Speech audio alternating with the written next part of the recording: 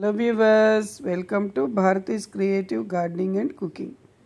ఈరోజు చక్కగా మనం ఇంట్లో ఎలా ఆకుకూరలు పండించుకోవాలో చూద్దాము. ఇప్పుడు వర్షాలు పడుతున్నాయి కదా, చాలా బాగా వస్తాయి ఆకుకూరలు.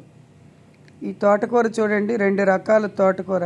ఒకటేమో పెరుగు తోటకూర, పెద్ద పెద్ద ఆకులు. రెండోది డార్క్ గ్రీన్లో ఉండి చిన్నగా ఉంటుంది, పక్కన ఉంటుంది చూడండి. అలాగే మనం గోంగూర తెచ్చుకుంటాం కదా, ఎర్ర గోంగూర, అది చక్కగా ఆకులు తీసి కింద వేళ్ళుంటే అవే నాటుకుంటే చక్కగా బ్రహ్మాండంగా వస్తాయి. అలా నాటిన గోంగూర, లేదంటే విత్తనాలు కూడా దొరుకుతాయి, సీడ్ షాప్లో వేసుకోవచ్చు.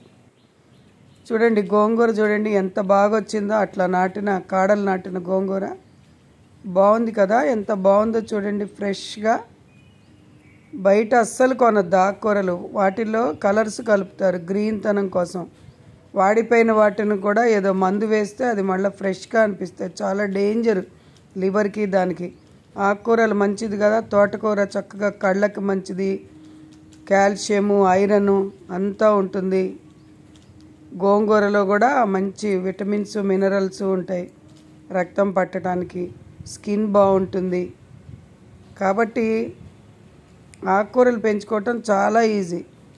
కొంచెం ఎరువు కలిపేసి, పాత మాగిన గొడ్లెరువు, మట్టి కొంచెం గొల్లగా పెట్టుకుని వేస్తే, చూసారా మధ్యలో టమాటా చెట్లు కూడా ఉన్నాయి. ఇంట్లో ఉన్న టమాటాలు వేసిన విత్తనాల చెట్టు అది.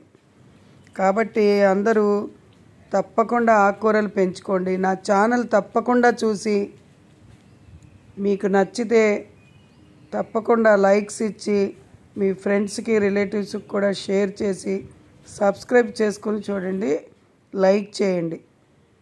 చూడండి అసలు ఆ గ్రీన్ చూడండి, ఎంత ఒరిజినల్ గ్రీన్. ఇలా దొరుకుతుందా?